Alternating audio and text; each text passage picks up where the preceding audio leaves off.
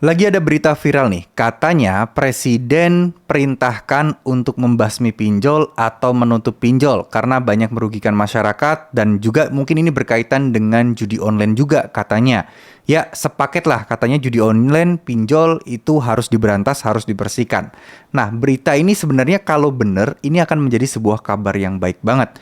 Tapi nyatanya ternyata nggak gitu maksudnya. Ternyata ya berita-berita kayak gini mungkin ditunggangi oleh oknum-oknum yang pengen menyebarkan ya informasi hoax aja. Jadi gini ya teman-teman ya.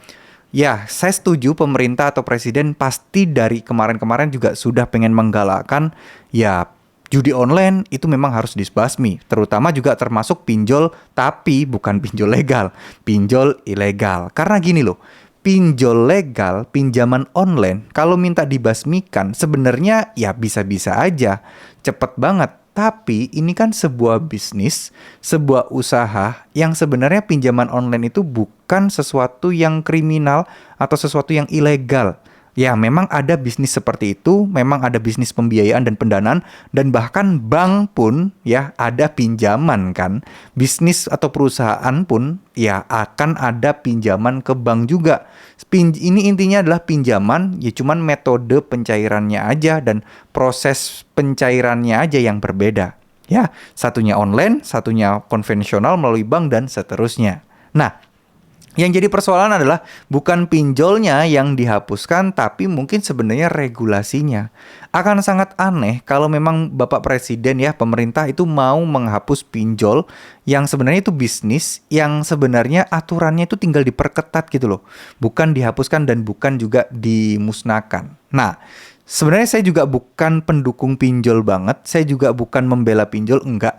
Tapi kita ngomongin fakta dan realita lapangan aja. Jangan sampai karena kita suka dengan ya sebuah informasi atau sebuah berita, kita dibutakan dengan fakta yang ada. Jadinya ya kita kayak makan angin lalu aja, kena mimpi-mimpi surga aja. Padahal ya nggak kayak gitu. Cuman ya hal-hal seperti ini sengaja memang digodok dan memang sengaja diramekan. Tujuannya ya simple untuk menarik perhatian teman-teman yang telat bayar, yang gagal bayar. Ya banyaklah tujuan-tujuan terselubung. Mungkin mau buka jasa konsultasi, mungkin mau buka jasa joki pinjol, ya dan lain seterusnya. Ya, karena banyak banget oknum-oknum yang memanfaatkan hal tersebut teman-teman. Nah, jadi kita realistis aja, kita nggak usah terlalu pusing mau itu pinjol ditutup apa enggak. Ditutup alhamdulillah banget. Kalau enggak ya kita nggak usah terlalu berharap. Karena kalau terlalu berharap nanti teman-teman kecewa. Intinya adalah kita tahu, kita paham, dan kita nggak boleh berharap terlalu berlebihan sama si pinjol-pinjol atau mungkin aturan-aturan yang menutup pinjol.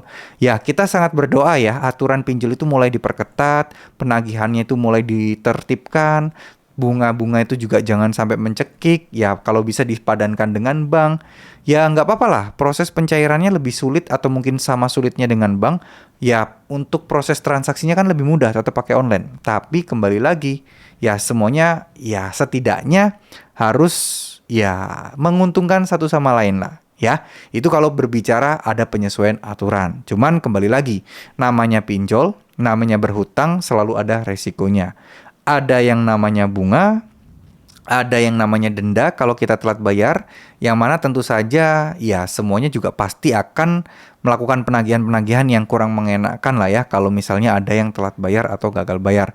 Sedangkan perekonomian kita itu juga kita nggak bisa menjamin bisa terus-terusan stabil. Ya ada kalanya mungkin kena musibah sehingga nggak bisa bayar utang. Ya intinya sih kalau teman-teman bisa nggak hutang lebih baik nggak usah hutang. Kalau teman-teman bisa tanpa minjol ya lebih baik nggak usah minjol karena ada bunganya. Ya mungkin ya minjam di keluarga, kerabat ya mungkin bisa lah tanpa bunga dan lain sebagainya. Tapi ya memang realitanya faktanya agak susah ya minjam-minjam di keluarga, di kerabat kayak gitu ya. Ya makanya orang-orang lebih milih solusi tercepatnya ke pinjol. Ya meskipun ada unsur riba, ada bunga dan sebagainya, tapi kan pinjol ini kayak semacam jadi solusi terakhir gitu teman-teman ya. Ya mudah-mudahan ada regulasi yang tidak menyesatkan, ada regulasi yang tidak memberatkan, dan ya semoga teman-teman ya lancar lah rezekinya, agar teman-teman tidak terlalu butuh uang untuk butuh uang dengan minjol gitu ya, agar teman-teman